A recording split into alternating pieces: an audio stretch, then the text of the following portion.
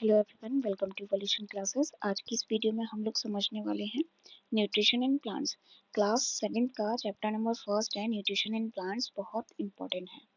इस चैप्टर में हम लोग समझने वाले हैं कि हम जो खाना खाते हैं वो खाना क्यों खाते हैं, हमें फूड की ज़रूरत क्यों है, और वो फूड का फॉर्मेशन कौन कौन से ऑर्गेनिज्म हैं जो कि फूड का फॉर्मेशन करते हैं, और जिन ऑर्गेनिज्म में फूड का फॉर्मेशन होता है वो कैसे होता है, वो कौन सी प्रोसेस है जिसकी मदद से ये फूड बनता है। ठीक है। तो हम सभी खाना खाते हैं, लेकिन वो खाना किन ऑर्गेनिज्म के द्वारा बनाया जाता है, किस प्रोसेस से बनाया जाता है, वो सारी चीजें हम इस चैप्टर में डिस्कस करने वाले हैं। एक और बहुत इंपॉर्टेंट बात, इसमें जितने भी आपको हाइलाइट्स मिलेंगे वो काफी ज्यादा इंपॉर्टेंट रहेंगे आपके एग्जाम पॉइंट ऑफ व्यू से, चाहे आप कॉम्पिटेटिव एग्जाम कर रहे हैं या आप एकेडमिक एग्जाम्स कर रहे हैं। इसके साथ साथ बहुत इंपॉर्टेंट क्वेश्चंस भी मैं आपको बताऊंगी जो कि डेफिनेटली आपसे पूछे ही जाएंगे आपके एग्जाम्स में।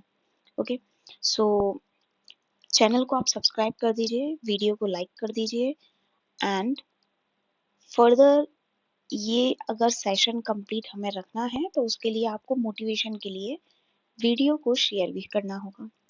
ठीक है, बाकी अभी हम लोग स्टार्ट करते हैं। तो क्लास 6 में आप लोगों ने क्या समझ लिया? क्लास 6 में हमने समझा that food is essential for all living organism. You also learn that carbohydrates, proteins, fats, vitamins, minerals are components of food. मतलब फूड के क्या क्या कंपोनेंट्स आप लोगों ने पढ़े छोटी क्लासेस में? आपने पढ़े कार्बोहाइड्रेट्स, आपने पढ़ा प्रोटीन्स, आपने पढ़ा फैट्स, आपने पढ़ा विटामिन्स, आपने पढ़ा मिनरल्स। मतलब कार्बोहाइड्रेट जो कि हमें रोटी में मिल जाते हैं, चावल में मिल जाते हैं, प्रोटीन्स जो कि हमें पल्सेस में मिल जाती है, फैट जो कि हमें ऑयल्स में मिल जाते हैं, आलमंड, कैश्यू, इन सब में मिल जाएंगे, ड्राई फ्रूट्स में। विटामिन्स हमें मिल जाते हैं और फ्रूट्स वगैरह में। और मिनरल्स, मिनरल्स हमें वाटर से मिल जाता है, और भी जो वेजिटेबल्स और फ्रूट्स होते हैं उनसे भी मिल जाएंगे। So these components of food are called nutrient. इन्हीं कंपोनेंट्स को क्या बोल दिया जाता है? न्यूट्रिएंट। तो पहली डिफाइन जो आपसे पूछी जाती है वो न्यूट्रिएंट की है। इसके बाद ये जो न्यूट्रिएंट्स है बहुत इंपॉर्टेंट है हमारी बॉडी के लिए, और all living organism require food. हर ऑर्गेनिज्म ऐसा है, चाहे वो यूनिसेल्युलर है मतलब एक सेल से बना हुआ है, चाहे वो बहुत सारे सेल से बना हुआ है, हर ऑर्गेनिज्म को खाने की जरूरत होती है। ठीक है। Plants can synthesise food for themself. Plants अपने लिए फूड बनाते हैं, लेकिन जो एनिमल्स हैं, but animals including humans, animals जैसे एनिमल्स जिनमें हम ह्यूमंस को भी इंक्लूड कर रहे हैं, वो अपने आप खाना नहीं बनाते हैं, या ये कहिए अपने लिए खाना नहीं बनाते हैं। They get it from plants. उनको ये खाना कहाँ से मिलता है? वो उसको प्राप्त करते हैं प्लांट से या दूसरे एनिमल से। दैट ईट प्लांट्स, कहने का मतलब है जैसे आप लोगों ने छोटी क्लासेस में पढ़ा था, आपने छोटी क्लासेस में पढ़ा था कि कुछ ऑर्गेनिज्म ऐसे होते हैं जो कि प्लांट्स पर फीड करते हैं, लेकिन कुछ एनिमल्स ऐसे होते हैं जो कि फ्लैश पर फीड करते हैं, कुछ एनिमल्स ऐसे होते हैं जो कि प्लांट और फ्लैश दोनों पर ही फीड करते हैं। कहने का मतलब हर्बीवोर्स हैं, कार्निवोर्स हैं और ओमनिवोर्स हैं।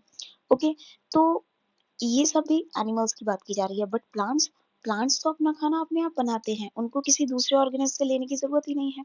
दस humans and animals are directly और इनडायरेक्टली डिपेंड्स ऑन प्लांट।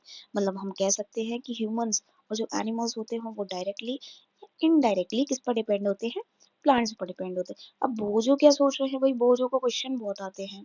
सो बोझो सोच रहे हैं, Boojho wants to know how plants prepare their own food. Plants अपना खाना खुद कैसे बनाते हैं? इसको समझने के लिए हमें एक बहुत इंपॉर्टेंट हेडिंग समझनी पड़ेगी जो कि है mode of nutrition in plants. Plants are only organism. Plants जो हैं अकेले ऐसे ऑर्गेनिज्म हैं जो कि अपना खाना अपने आप बनाते हैं। किसका यूज करके? इन सभी प्रोडक्ट्स का यूज करके। ये जितने भी प्रोडक्ट्स आपको दिख रहे हैं, इन सभी प्रोडक्ट्स का यूज करके प्लांट्स जो हैं अपना खाना अपने आप बनाते हैं। अभी ये सारे जो है इनको हम रॉ मटेरियल बोलते हैं, कच्चा पदार्थ बोलते हैं। जैसे कि ये वाटर का यूज करेंगे, कार्बन डाइऑक्साइड मतलब CO2 का यूज करेंगे, और मिनरल्स का यूज करेंगे। इन सबको हम लोग क्या बोल देते हैं? रॉ मटेरियल, जो कि ये सराउंडिंग से लेते हैं अपने आसपास से। ओके, अब nutrients enable living organism to build their bodies to grow, to repair damaged part of their bodies and provide the energy to carry out the life processes। कहने का मतलब है ये जो न्यूट्रिएंट्स है ना, यही है वो चीज जो कि हर लिविंग ऑर्गेनिज्म की बॉडी को चाहिए ही चाहिए। क्यों? क्योंकि उनकी बॉडी बिल्डअप होती है, और ग्रोथ में हमारा कोई सेल, कोई पार्ट डैमेज हो जाता है तो उसकी रिपेयरिंग में, हम जो काम कर रहे हैं डेली के काम करने के लिए एनर्जी चाहिए, उसके लिए लाइफ प्रोसेस जो चल रही है उसके लिए। सो बहुत इंपॉर्टेंट है। अब न्यूट्रिशन क्या चीज है? न्यूट्रिशन एक मोड है, मतलब तरीका है कि हम खाना किस तरीके से ले रहे हैं। Nutrition is the mode of taking food by an organism and its utilization by the body. मतलब खाना लिया जा रहा है और हमारी बॉडी के द्वारा यूटिलाइज कर लिया जा रहा है। उसी तरीके को हम लोग या उसी प्रोसेस को हम लोग न्यूट्रिशन बोल रहे हैं। उसी मोड को क्या बोल दिया जाता है? न्यूट्रिशन बोल।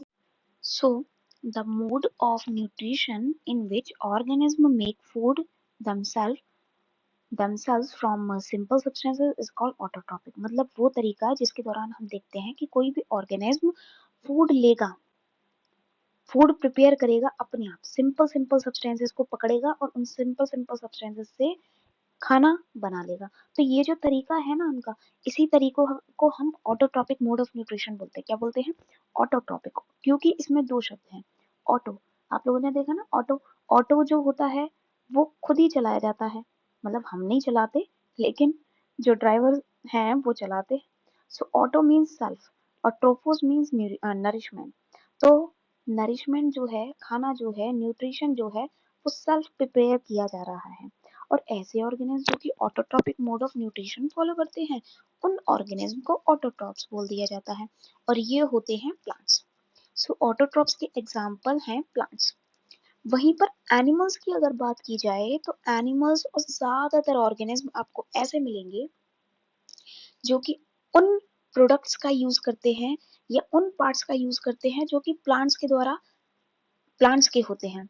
जैसे फॉर एग्जाम्पल, हम फ्रूट्स खा रहे हैं, हम वेजिटेबल्स खा रहे हैं, हम गेहूं खा रहे हैं मतलब वीट, हम राइस खा रहे हैं, हम स्पाइसेस खा रहे हैं, ये सारे ही प्रोडक्ट्स प्लांट के हैं। तो ऐसे ऑर्गेनिज्म जो कि अपना फूड प्लांट से लेते हैं या प्लांट के द्वारा जो फूड बनाया जा रहा है उस फूड को खाते हैं, ऐसे ऑर्गेनिज्म को बोला जाता है हेटेरोट्रॉप्स। तो ऑटोट्रॉप्स अपना खाना खुद बनाते हैं, हेटेरोट्रॉप्स अपना खाना खुद नहीं बनाते हैं, वो प्लांट से लेते हैं। ठीक है। एग्जाम्पल की अगर बात की जाए तो मोस्टली ऑर्गेनिज्म में, जैसे कि हम भी इंक्लूड हैं, जितने भी एनिमल्स आप देखते हैं सारे एनिमल्स हेटेरोट्रॉप्स हैं। क्योंकि इसमें जो ये हेटेरो है ना, इसका मतलब होता है अदर। तो अदर ऑर्गेनिज्म से फूड जो है वो लिया जा रहा है। अब Paheli wants to know why our body can not make food from carbon dioxide, water, minerals like plant do. जैसे भाई प्लांट्स बना रहा है, CO2, वाटर, मिनरल्स का यूज करके क्या बना रहा है प्लांट? खाना बना रहा है, हम क्यों नहीं बना सकते? Now we may ask where the food factories of the plants are located. मतलब प्लांट्स की फूड फैक्ट्रीज कहाँ लोकेटेड होती हैं?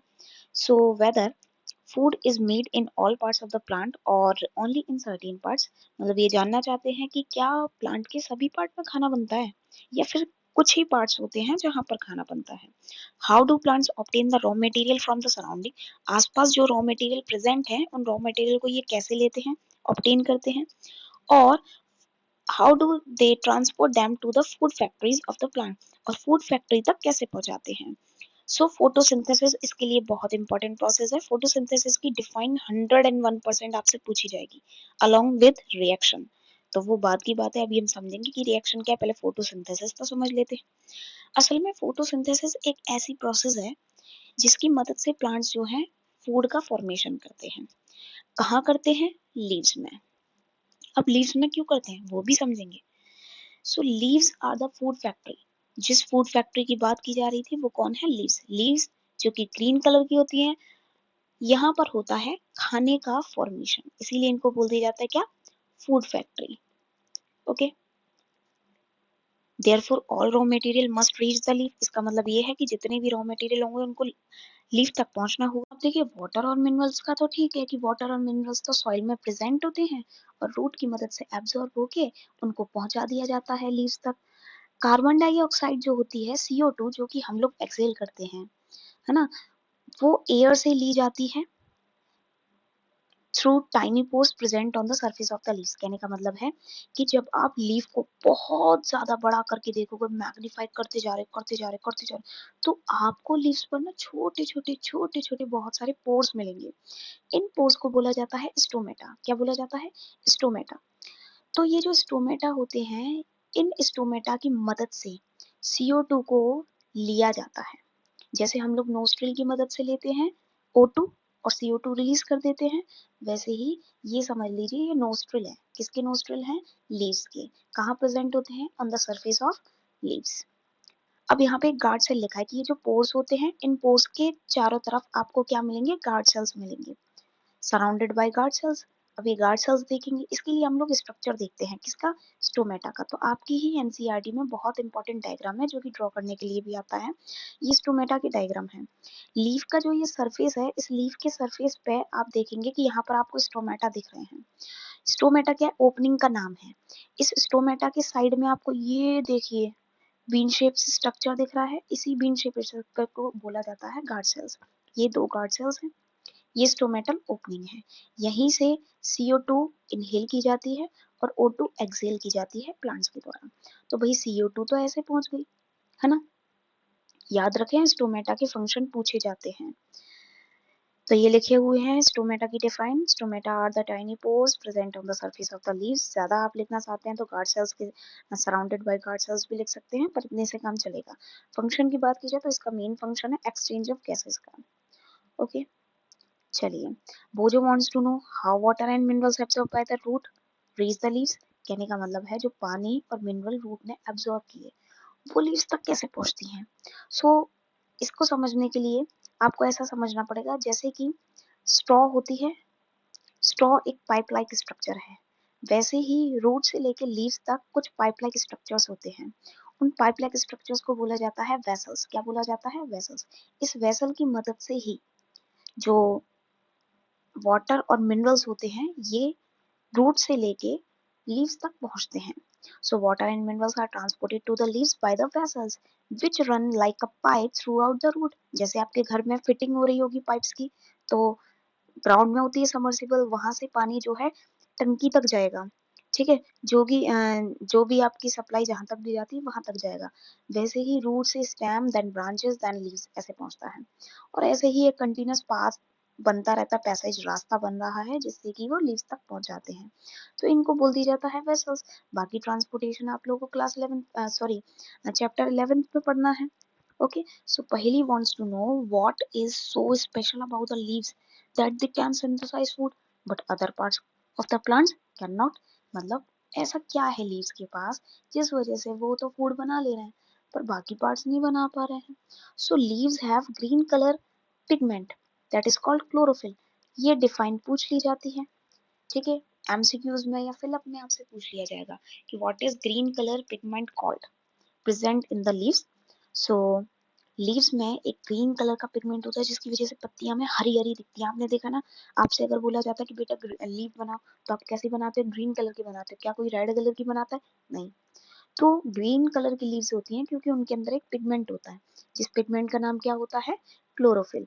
ये जो क्लोरोफिल होता है इसका फंक्शन साइड से मैंने लिख दिया है। उसका फंक्शन है कि ये क्या करता है, जो सनलाइट होती है उस सनलाइट को कैप्चर कर लेता है और सनलाइट को कैप्चर करके फिर क्या करता है, बहुत सारी एनर्जी मिल जाती है फूड बनाने के लिए। जैसे आप लोगों ने देखा ना कि किचन में जब मम्मी एंटर करती है ना, जब हमारी मदर किचन में एंटर करती है तो गैस गैस ऑन करती हैं, फिर गैस पर खाना बनाया जाता है। वैसे ही यहाँ पर सनलाइट है, सनलाइट से एनर्जी चाहिए, पर उस एनर्जी को पकड़ने के लिए, कैप्चर करने के लिए क्लोरोफिल चाहिए। और वो क्लोरोफिल किसके पास होता है? लीव्स के पास। देखा है ना सुपरनेचुरल पावर लीव्स के पास। इस वजह से लीव्स जो है वो फूड का फॉर्मेशन कर पाते हैं। और ये जो एनर्जी है ये फूड बनाने में मदद करती है, किसकी मदद से? CO2 और वाटर की मदद से। और इसी प्रोसेस को बोल दिया जाता है क्या? फोटोसिंथेसिस। क्योंकि ये किसकी प्रेजेंस में होती है? In presence of sunlight. So photo means light. आपने देखा ना, फोटो क्लिक करते हैं तो लाइट निकलती है। और सिंथेसिस मतलब टू कंबाइन, कंबाइन करने को बोला जाता है या फॉर्मेशन को बोला जाता है। So we find that chlorophyll. हमें क्या क्या चाहिए? हमें चाहिए क्लोरोफिल, ग्रीन कलर का पिगमेंट, हमें लाइट चाहिए, हमें CO2 चाहिए, हमें वाटर चाहिए। जब इतना सब कुछ हो पाएगा तो फोटोसिंथेसिस कर पाएगा कोई भी प्लांट। तो ये एक बहुत ही यूनिक सी प्रोसेस है अर्थ पर जिसकी मदद से सोलर एनर्जी को कैप्चर किया जाता है और बहुत सारा खाना बनाया जाता है। और अर्थ पर सारे ऑर्गेनिज्म इन पर डिपेंड है। So thus sun is the ultimate source of the energy for all living organisms। तो अगर देखा जाए तो सन का बहुत इंपॉर्टेंट रोल हो गया अल्टीमेट सोर्स में आ रहा है। Can you imagine life on the earth in absence of photosynthesis? अगर फोटोसिंथेसिस ना हो तो क्या लाइफ एक्सिस्ट कर सकती है अर्थ पर? तो इसके लिए तो हमें समझनी पड़ेगा next paragraph. In absence of photosynthesis there would no be any food, would not be any food. कहने का मतलब अगर फोटोसिंथेसिस नहीं होगी तो वही खाना नहीं होगा। The survival of almost all living organism directly और indirectly depends upon the food made by the plant. कहने का मतलब है जो लिविंग ऑर्गेनिज्म ज्यादातर सर्वाइव कर रहे हैं वो डायरेक्टली या इनडायरेक्टली किस पर डिपेंड करते हैं? प्लांट्स पर। किसके लिए? फूड के लिए। Beside oxygen, which is essential for the survival of all organisms, is produced during photosynthesis. In absence of photosynthesis, life would be impossible on the earth. मतलब अगर हम देखते हैं गैस को तो हमने समझा कि भाई O2 नाम की जो गैस है, ऑक्सीजन जो कि हमें चाहिए, वो ऑक्सीजन रिलीज की जाती है फोटोसिंथेसिस की मदद से और यूज क्या किया जाता है? CO2, जो कि हम एक्सेल करते हैं। तो भाई अगर फोटोसिंथेसिस ना हो तो इम्पॉसिबल दिखती है हमें लाइफ, है ना। So during photosynthesis chlorophyll containing cells of leaves in presence of sunlight use CO2 मतलब carbon dioxide water to synthesize carbohydrates. कहने का मतलब है कि फोटोसिंथेसिस के दौरान, ये फोटोसिंथेसिस की डिफाइन हो गई, इसको आप द प्रोसेस करके भी बोल सकते हैं, द प्रोसेस इन विच, ठीक है। अदरवाइज मैंने डिफाइन पहले से ही लिख रखी है, वो मैं अभी आपको दिखा दूंगी। तो ये प्रोसेस है जिस प्रोसेस के दौरान क्लोरोफिल सनलाइट की प्रेजेंस में CO2 वाटर को कंबाइन करके फूड बनाया जाता है, मतलब कार्बोहाइड्रेट बनाया जाता है, ठीक है। कार्बोहाइड्रेट न्यूट्रिएंट है, अभी थोड़ी देर पहले हमने पढ़ा। इसको समझाने के लिए एक ये इक्वेशन है जो कि बहुत बार पूछी जाती है, मतलब आपसे अगर डिफाइन पूछी जाए तो आप ये लिख के आए, जिसमें हमने समझा CO2 और वाटर दोनों को मिक्स कर दिया किसकी प्रेजेंस में? सनलाइट और क्लोरोफिल की प्रेजेंस में, और क्या मिल गया? कार्बोहाइड्रेट। नीचे ब्रैकेट में लिख देना फूड प्लस ऑक्सीजन। ओके, चलिए बाकी फोटोसिंथेसिस के दौरान हमने समझा ऑक्सीजन रिलीज होती है और हमें मिलता है खाना, मतलब कार्बोहाइड्रेट। कार्बोहाइड्रेट में क्या मिलता है? स्टार्च। जैसे हम गेहूं खाते हैं, व्हीट, राइस खाते हैं, उसमें क्या होता है? स्टार्च। आपने देखा है ना, जो राइस होता है जब उसको हम सोक करते हैं, भिगोते हैं पानी में, तो व्हाइट कलर का आपको एक व्हाइट कलर का पाउडर जैसा दिखता है, वो क्या होता है? स्टार्च होता है। और अगर प्लांट्स की लीव्स में स्टार्च का फॉर्मेशन हो गया है, इसका मतलब फोटोसिंथेसिस चल रही है, फोटोसिंथेसिस भी हुई है। अगर स्टार्च नहीं बना, इसका मतलब फोटोसिंथेसिस नहीं बनी है। So what is a starch? Starch is a carbohydrate. Okay, Boojho has observe some plants with deep red. उन्होंने देखे हैं, बोजो ने कुछ प्लांट्स ऑब्जर्व किए हैं जो कि कुछ डीप रेड होते हैं, कुछ वॉयलेट हैं, कुछ ब्राउन लीव्स हैं। He wants to know whether these leaves also carry out photosynthesis, मतलब क्या वो लीव्स भी फोटोसिंथेसिस कैरी करती हैं? तो यहाँ पर एक एक्टिविटी है, इस एक्टिविटी में आपसे बोला गया है कि आप एक दो पॉट लीजिए, एक को डार्क में रख दीजिए, ब्लैक बॉक्स में रखना चाहे बॉक्स में रख दीजिए, या ऐसी जगह पर रखिए जहां पर पूरी तरह से अंधेरा कायम हो। अंधेरा कायम का मतलब, अंधेरा कायम का मतलब है पूरी तरह से अंधेरा हो, ठीक है। शेड में रखना है उसे, इसीलिए यहाँ पे ब्लैक बॉक्स बोला था। एक आपको धूप में रखना है, सनलाइट में, ठीक है। तो यहाँ पे आप फर्स्ट वाले केस में देखिए, यहाँ सनलाइट है और सनलाइट की प्रेजेंस में प्लांट को रखा है, तो हमें पत्ती इस तरह से ग्रीन ग्रीन दिख रही है, ठीक है। वहीं पर हमने क्या किया, दूसरे केस में हमने अंधेरे में रखा, तो जो पत्ती है वो स्पॉटेड हो गई है, धब्बे धब्बे जैसे आ गए हैं स्लीव पर, है ना। आप मार्कर की तरफ ध्यान दें। अब ये जो फर्स्ट वाला केस है, इसमें हमने मतलब हमने 72 आवर्स तक रख दिया, लगभग तीन तीन दिन आपको रखना है, 3 दिन तो एटलीस्ट।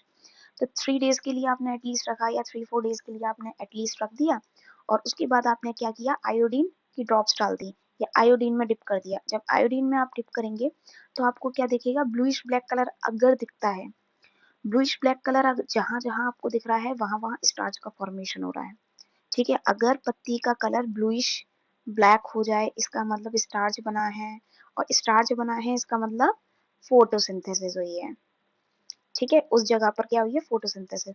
तो जो आपने धूप में रखा उसमें पूरी पत्ती ब्लूइश ब्लैक हो जाएगी, इसका मतलब पूरी पत्ती में यूनिफॉर्मली फोटोसिंथेसिस हुई है। लेकिन जो आपने अंधेरे में रखा ना, उसमें कुछ धब्बे धब्बे हैं, और जब आप इसमें आयोडीन को मिक्स करोगे तो आप क्या देखोगे कि कुछ पोर्शन तो ब्लूइश ब्लैक हो गया, लेकिन कुछ पोर्शन आपको लाइट मिलेगा, हल्का हल्का। तो जो हल्का हल्का पोर्शन मिलेगा ना, जहाँ पे ब्लूइश ब्लैक कलर नहीं हुआ वहां पे कोई स्टार्च नहीं बना है, लेकिन जहाँ ब्लूइश ब्लैक कलर हो गया वहां पे स्टार्च का फॉर्मेशन हुआ है। इसका मतलब जब हमने अंधेरे में प्लांट को रखा तो पत्ती ने किसी किसी जगह पर फूड का फॉर्मेशन किया, किसी किसी जगह पर नहीं किया। अब जिस जगह पर किया है उस जगह पर क्लोरोफिल और सनलाइट की वजह से किया है, और जिस जगह पर नहीं किया उस जगह पर इसका मतलब क्लोरोफिल और सनलाइट नहीं पहुंच रही है। ठीक है, तो यही सारी चीजें देखनी है और आपको इतनी तरह की लीव्स देखने को मिलेंगी। बाकी you often see slimy green patches in ponds और स्टैग्नेंट ठहरे हुए पानी को बोलते हैं, कहीं कहीं पर पानी भरा रहता है ना उसको। So these are generally formed by the growth of organism. मतलब आपने देखा होगा जैसे बारिश के मौसम के बाद भी हो जाता है, ईंट वगैरह जो होती है या फर्श वगैरह जो होता है वो कैसा हो जाता है, वाटर बॉडी के साइड में स्लाइमी ग्रीन कलर की लेयर जम जाती है, पैर रखते हैं फिसल जाते हैं। तो वो क्या होती है, वो कुछ नहीं एल्गी होते हैं। एल्गी को जनरली प्लांट्स में कंसीडर किया जाता है। तो ये भी ग्रीन क्यों होते हैं, क्योंकि इनमें भी क्लोरोफिल होता है। ठीक है, ये आप याद रखें, ये भी अपने आप अपना खाना बना लेते हैं। So synthesis of plant food other than carbohydrate. Carbohydrate के अलावा कि कौन कौन से प्लांट जो है फूड का फॉर्मेशन होता है। सो इसको समझने के लिए plant synthesize carbohydrate through the process of photosynthesis. Photosynthesis process की मदद से प्लांट जो है कार्बोहाइड्रेट बनाते हैं। कार्बोहाइड्रेट में तीन चीजें हैं, कार्बन है, हाइड्रोजन है, ऑक्सीजन है। ये जनरली यूज किए जाते हैं। these are used to synthesize other components of the food। मतलब कुछ और components बनाने के लिए इनका यूज किया जाता है, जैसे कि प्रोटीन्स और फैट्स। लेकिन जो प्रोटीन्स है ना, वो प्रोटीन्स नाइट्रोजीनस सब्सटेंसेस हैं, मतलब नाइट्रोजन से बने हुए हैं। और ये नाइट्रोजन कहाँ से आती है, नाइट्रोजन एटमॉस्फेयर से आती है। पर क्या नाइट्रोजन एटमॉस्फेयर से इनहेल की जाती है, नहीं। Nitrogen is present in the abundance gaseous form, मतलब हमारी एयर में बहुत अच्छे अमाउंट में प्रेजेंट है नाइट्रोजन, लेकिन जो प्लांट्स होते हैं वो इसको डायरेक्ट एब्जॉर्ब नहीं कर सकते। सबसे पहले इसको सॉइल में मिक्स किया जाता है बैक्टीरिया की मदद से, और उसके बाद फिर इसको क्या किया जाता है, एब्जॉर्ब किया जाता है। ठीक है, तो ये चीज यहाँ पर आपको मिलेगी। सो these are absorbed by the plants along with the water। also you might have seen farmers adding fertilizers। आपने देखा होगा कि फार्मर्स फर्टिलाइजर ऐड करते हैं जिनमें भर भर के नाइट्रोजन होता है, और वो सॉइल में मिक्स हो जाती है, फिर प्लांट्स जो हैं वो उसको एब्जॉर्ब कर लेते हैं। इससे नाइट्रोजन जो है फुलफिल हो पाती है, या नाइट्रोजन की रिक्वायरमेंट फुलफिल हो पाती है, और फिर क्या बन पाती है, प्रोटीन्स और वाइटामिन का फॉर्मेशन हो पाता है। कुछ और भी तरीके के हैं क्या न्यूट्रिशन के प्लांट्स में, बिल्कुल है। तो देखिए हेटरोट्रॉपिक मोड ऑफ न्यूट्रिशन आप लोगों ने समझा ही कि लाइक ह्यूमंस और animals plants depends on the food produced by the plants. कहने का मतलब यह है कि हम समझना चाह रहे हैं कि जैसे कि हमने अभी समझा कि ह्यूमंस हैं, एनिमल्स हैं, वो प्लांट के प्रोडक्ट्स पर डिपेंड है ना, वैसे ही कुछ और भी प्लांट्स हैं जो कि किसी दूसरे ऑर्गेनिज्म पर डिपेंड है। मतलब कुछ प्लांट ऐसे भी हैं जिनका मोड ऑफ न्यूट्रिशन हेटरोट्रॉपिक है। तो समझने की कोशिश करते हैं। इनमें पहला जो प्लांट आ रहा है वो कसकटा है, जो कि आपसे पूछ लिया जाता है पैरासिटिक प्लांट बताइए, तो कसकटा है। कसकटा को ही अमरबेल बोला जाता है। इसके पास क्लोरोफिल नहीं होता है, रेडीमेड फूड लेता है। ये किससे लेता है, बड़े बड़े जो पेड़ होते हैं उन पेड़ों के ऊपर बेल होती है, ये क्या होती है, बेल। और ये जो पेड़ होते हैं इन पेड़ों के ऊपर पूरा ऐसे ढक देते हैं, मतलब पूरा ऐसे कवर कर लेते हैं उसको। तो ये जो पेड़ है ना, इस पेड़ को बोला जाएगा होस्ट, और ये जो है ये पैरासाइट कहलाएगा। कौन, अमरबेल। जो ट्री है वो होस्ट कहलाया जाएगा, और जो अमरबेल है वो पैरासाइट कहलाया जाएगा। क्यों, क्योंकि ये जो अमरबेल है ना, ये ट्री से न्यूट्रिशन लेगा। ये अपने आप खाना नहीं बनाएगा क्योंकि इसके पास क्लोरोफिल ही नहीं है। ये क्या करेगा, रेडीमेड फूड लेगा। किससे लेगा, ट्री से। ओके, क्योंकि ये रेडीमेड फूड ले रहा है ट्री से, इसीलिए इसको क्या बोल दिया जा रहा है, क्या बोल दिया जा रहा है, पैरासाइट बोल दिया जा रहा है। ओके, दूसरा जो एग्जाम्पल मिलेगा वो बहुत ही इंटरेस्टिंग सा एग्जाम्पल है, जिसमें आपको मिलेगा पिचर। पिचर मतलब एक पाउच लाइक या मटके जैसा स्ट्रक्चर आप देख सकते हैं। ये क्या है, असल में ये एक मॉडिफिकेशन लीफ का। पिचर में क्या होता है, एक कुछ पत्तियां होती हैं जिनको जोड़ने के बाद आपको ऐसा एक पिक्चर मिलेगा। अच्छा, मैंने एक पैराग्राफ मिस नहीं किया है, ये मैं बता चुकी हूँ कि Cuscuta is also called parasite. यही बात आपको मिलेगी। अभी हम लोग पिक्चर की बात कर रहे थे, पिक्चर है। ओके, मटके जैसा स्ट्रक्चर, बैग लाइक स्ट्रक्चर। एक पत्ती और होती है जो पत्ती लिड की तरह काम करती है, ढक्कन की तरह काम करती है। ओके, अब ये जो पिक्चर होता है ना, इसके पास आते हैं इंसेक्ट, घूमते हुए आ रहे हैं। ओके, तो ये जो पिक्चर है, इस पिक्चर के साइड में एक स्टिकी सब्सटेंस होता है। जैसे ही इंसेक्ट आके बैठता है, इंसेक्ट बेचारा फिसलता हुआ अंदर चला जाता है, और ये जो लिड है, ये लिड हो जाता है क्लोज। लिड क्लोज हो जाने के बाद जो ये पिक्चर है, इस पिक्चर के अंदर कुछ डाइजेस्टिव, मतलब ऐसे केमिकल्स का फॉर्मेशन होता है, ऐसे जूसेस का फॉर्मेशन होता है, जिससे कि जो इंसेक्ट होता है वो डाइजेस्ट हो जाता है। उसके जितने भी न्यूट्रिएंट्स होते हैं वो ये प्लांट एब्जॉर्ब कर लेता है।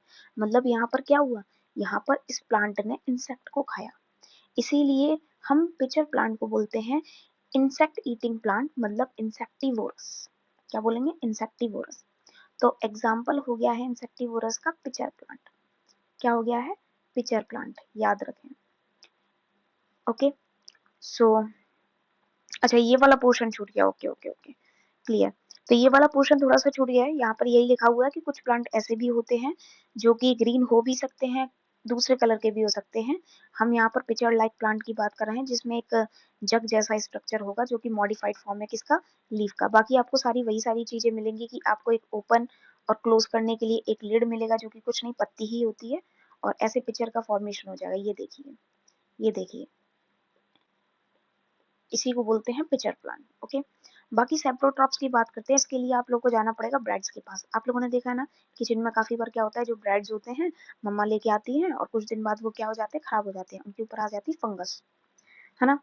सो you might have been seen packets of mushroom, mushroom देखे होंगे आपने, जो वेजिटेबल मार्केट्स में सोल्ड किए जाते हैं। You may have bout also seen fluffy umbrella like patches growing on the moist soil.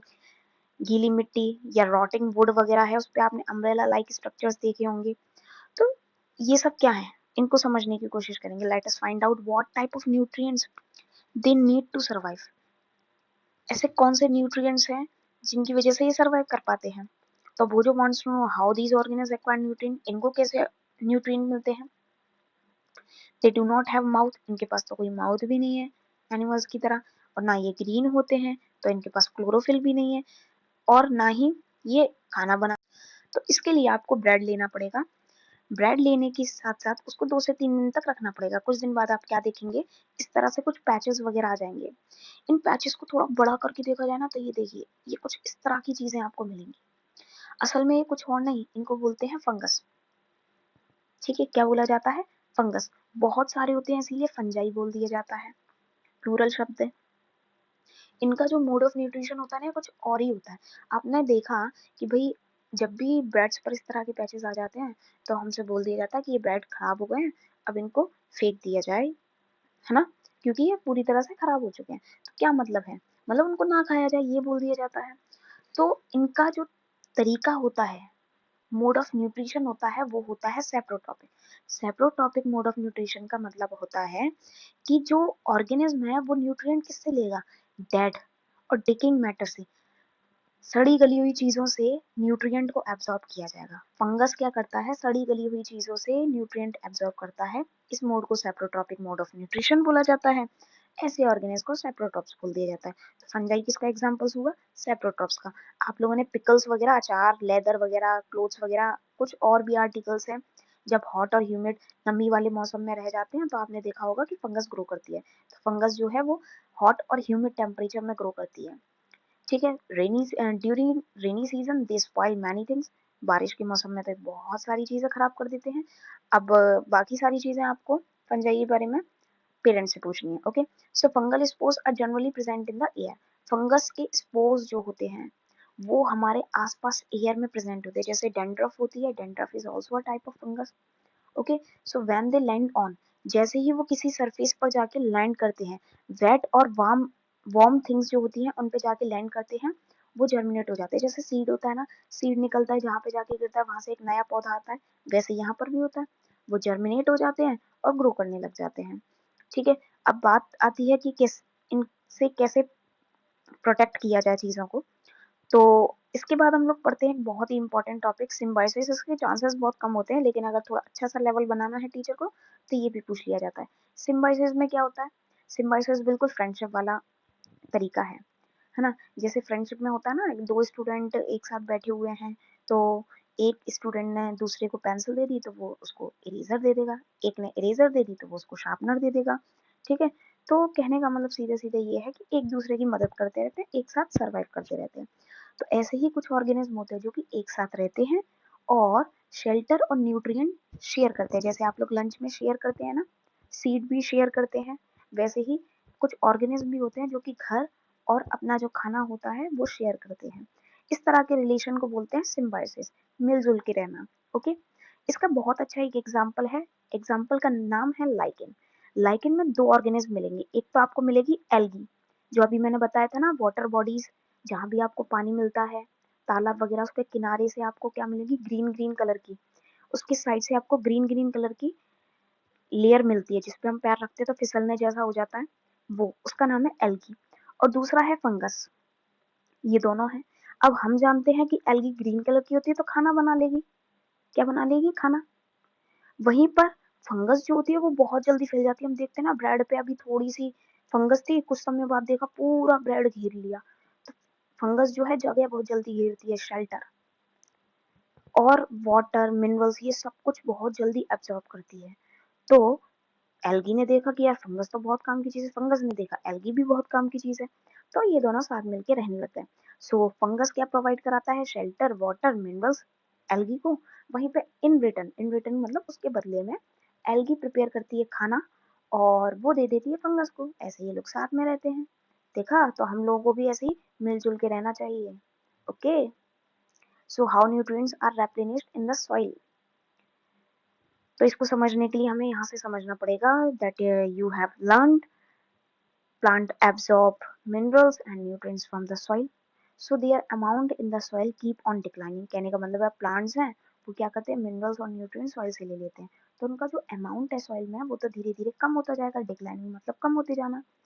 तो फर्टिलाइजर्स और मैन्योर होते हैं, कौन, फर्टिलाइजर्स और मैन्योर, इनमें होते हैं न्यूट्रिएंट जैसे कि नाइट्रोजन पोटेशियम फास्फोरस, ये सब। और ये जो न्यूट्रिएंट्स हैं ये न्यूट्रिएंट्स समय के साथ साथ ऐड किए भी जाते हैं, कुछ समय के साथ साथ अपने आप भी ऐड हो जाते हैं सॉइल में। So we can grow plants and keep them healthy if we can fulfil the nutrient requirement of the plant. ठीक है, तो मतलब प्लांट आराम से ग्रो कर सकता है, हम उसकी जो भी रिक्वायरमेंट्स है उनको कंप्लीट कर सकते हैं सॉइल में न्यूट्रिएंट्स ऐड करवा के। Okay, usually crop plants absorb a lot of nitrogen and soil and become deficient in nitrogen। काफी बार क्या होता है कि जो क्रॉप प्लांट्स होता है ना, जो फसल हमने लगाई है वो बहुत ज्यादा नाइट्रोजन ऑब्जॉर्ब कर लेता है, जिससे कि सॉइल कैसी हो जाती है, सॉइल में नाइट्रोजन बचता ही नहीं है। जैसे फॉर एग्जाम्पल एक बच्चा है, लंच लेके आया, उसने खुद ही पूरा खा लिया, है ना, तो शेयर तो हुआ ही नहीं। अब दूसरा बच्चा जो है उसको साथ शेयर ही नहीं हो रहा। सो यू लर्न दैट दो nitrogen gases available in plenty in the air, air में तो बहुत अच्छे अमाउंट में होती है, और प्लांट उसको CO2 की तरह पोर्स की मदद से नहीं इनहेल करते। तो क्या किया जाता है, कुछ नहीं, यहाँ पर भी एक बहुत अच्छा सा एक बैक्टीरिया है जिसका नाम है राइजोबियम बैक्टीरिया। तो फर्स्ट एग्जाम्पल हमने सिम्बायोसिस का समझा लाइकेन, ठीक है। नंबर सेकेंड एग्जाम्पल है राइजोबियम। ये जो राइजोबियम बैक्टीरिया होता है ये क्या करता है, ये एटमॉस्फेयर की जो नाइट्रोजन होता है उसको कन्वर्ट कर देता है बहुत अच्छे से अमाउंट में, एक अच्छी सी फॉर्म में, एक अच्छे फॉर्म में कन्वर्ट करने के बाद ये राइजोबियम बैक्टीरिया की मदद से ही मतलब जो रूट्स हैं वो क्या कर लेती हैं, उस न्यूट्रिएंट को एब्सॉर्ब कर लेती हैं। तो राइजोबियम ने तो बहुत अच्छा काम किया। अब राइजोबियम जो है उसको खाना नहीं चाहिए, मतलब वो अपने आप खाना नहीं बनाता है, can not make its own food, क्योंकि वो तो बैक्टीरिया है। So it often lives in the roots of the gram peas moong, ये कुछ दालें हैं, चने मटर मूंग बीन्स, है ना, इन सब की जो रूट्स होती है ना उनके साथ रह लेता है। बाकी लेग्यूम्स मतलब दाल वगैरह जो है उनके साथ। और प्लांट्स को क्या मिलता है, प्लांट्स को नाइट्रोजन मिल जाती है। तो राइजोबियम ने क्या किया, राइजोबियम ने नाइट्रोजन प्रोवाइड करा दी, किसको, प्लांट्स को। और राइजोबियम को खाना कैसे मिलेगा, राइजोबियम रहेगा प्लांट्स की रूट्स के साथ, तो उनको खाना मिलता रहेगा। ठीक है, तो यहाँ पर भी सिम्बायोटिक रिलेशन हो गया। सो दस they have a symbiotic relationship. और ये जो एसोसिएशन होता है ये बहुत ही फायदेमंद साबित होता है फार्मर्स के लिए। They can reduce the use of nitrogenous fertilizers, मतलब फार्मर्स को नाइट्रोजिनस फर्टिलाइजर्स यूज नहीं करने होते हैं, और ज्यादातर पल्सेस जो होती हैं वो लेग्यूमिनस प्लांट से ही ऑब्टेन की जाती हैं। तो ये जो चैप्टर है बहुत ही अच्छा सा चैप्टर है, इसमें से बहुत इंपॉर्टेंट जो चीजें हैं वो मैंने आपको बता ही रखी हैं। ऑटोट्रॉप्स हेटरोट्रॉप्स में डिफरेंस है, सेप्रोट्रॉप्स का एग्जाम्पल डिफाइन भी काफी बार पूछ ली जाती है, लाइकेन किसका एग्जाम्पल है ये आप याद रखें, अमरबिल एक पैरासाइट है उसको याद रखिए, इंसेक्टिवोरस प्लांट का एग्जाम्पल याद रखें, और इसके साथ साथ फोटोसिंथेसिस तो पक्का ही याद रखें, उसकी डिफाइन रिएक्शन आएगी, स्टोमेटा का डायग्राम आप याद रखें। बाकी मिलते हैं हम लोग नेक्स्ट वीडियो में। जय हिंद। और हाँ, अगर आपको ये वीडियो हेल्पफुल लगती है तो इसको लाइक जरूर कीजिए, शेयर भी कीजिए अपने फ्रेंड्स के साथ, क्योंकि अभी अभी हमने समझा कि सिम्बायोसिस बहुत अच्छा रिलेशन होता है, शेयर करनी चाहिए हमें चीज़ें, चीज़ें बहुत आसान हो जाती, ईजी हो जाती हैं। Okay, bye.